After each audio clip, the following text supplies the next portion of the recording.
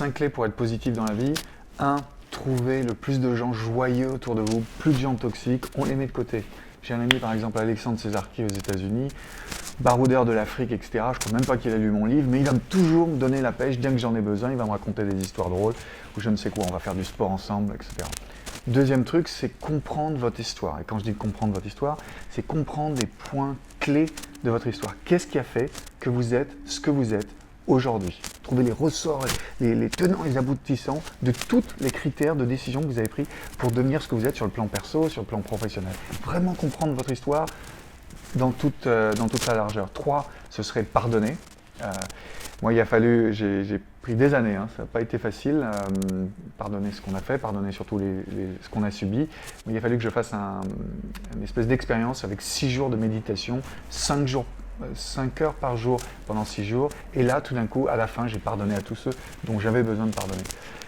4e clé, ce serait l'intention. On parle toujours de but et je fais même un exercice, je fais même un chapitre sur les buts. Mais l'intention, pour moi, est beaucoup plus fort que le but. C'est-à-dire l'intention, quel caractère, quelle personne on veut devenir, comment on s'imagine dealer avec les gens au jour le jour. L'intention est tellement importante et dans l'intention, il y a également la notion de sacrifice. On parle très peu de ça. Mais pour devenir ce qu'on veut devenir, pour être sur la voie qui nous convient le plus, il faut faire des sacrifices, il faut faire des choix. Qu'est-ce qu'on ne veut pas faire? Qu'est-ce qu'on ne veut plus faire? À quoi on peut dire non? 5e élément, pour être un peu plus positif, c'est laisser la surprise, laisser le mystère de la vie s'opérer.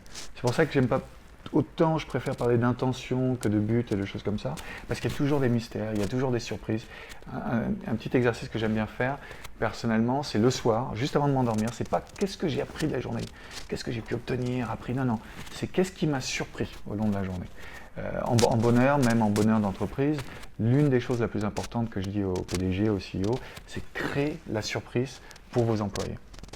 Alors j'essaie de résumer en 5 points des choses qui pourraient vous rendre peut-être un petit peu plus positif, peut-être un peu plus serein, apaisé, heureux, plein de vitalité. Il y a un mot que j'aime bien, qui est même plus que d'être heureux, c'est qu'est-ce qui peut nous donner plus de vitalité chaque jour. Alors j'ai parlé de 5 choses, un qui est l'intention à faire, la surprise, pardonner, comprendre son histoire, et puis obtenir, avoir et créer son écosystème de gens les plus joyeux possible autour de soi. En conclusion, je vais citer mon auteur favori, Joseph Campbell. La vie est un mystère qu'il faut vivre et non absolument pas un problème à résoudre, une équation à résoudre. Et ça pour moi, c'est la plus belle citation.